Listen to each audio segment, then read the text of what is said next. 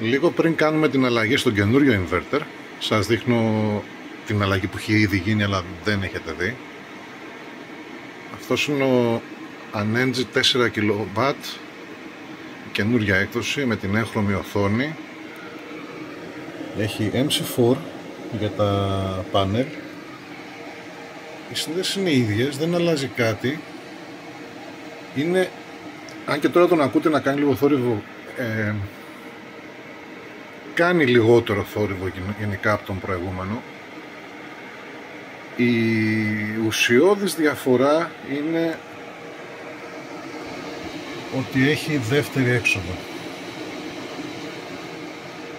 Μπορείς να προγραμματίσεις δηλαδή τη μία από τις δύο εξόδους να κλείνει όταν πέφτει η μπαταρία και να κρατάει την δεύτερη σαν εφεδρικό φορτίο κτλ.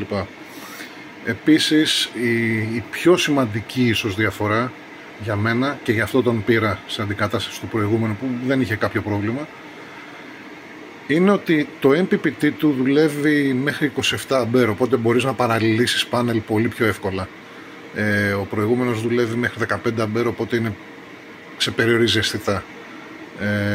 Με μικρά πάνελ μπορείς ενδεχομένως βέβαια, αλλά με ένα καινούριο πάνελ 500W, 600W σίγουρα δεν μπορείς να παραλληλήσεις. Ενώ εδώ αυτό το πρόβλημα το ξεπερνάς. Βέβαια αυτός έχει δουλέψει ένα μήνα, δεν είχα κάποιο πρόβλημα. Το ενοχλητικό είναι σίγουρα ότι όλοι οι καινούργιοι Anenji έχουν την κεραία ενσωματωμένη, δεν έχουν ξεχωριστό Wi-Fi dongle, το οποίο σημαίνει ότι για κάποιον που θέλει να το χρησιμοποιήσει με Solar Assistant π.χ.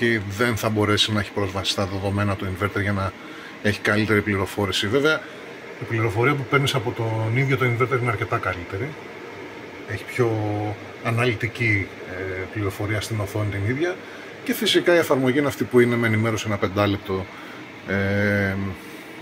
over Wi-Fi.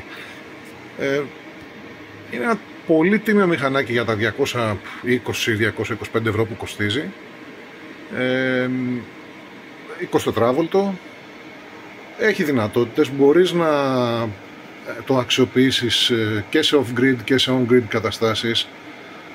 Μπορεί να λειτουργήσει χωρίς μπαταρία αλλά σαν micro-inverter, οπότε είναι κάτι το οποίο δεν συνίσταται για τα ελληνικά δεδομένα ακόμα.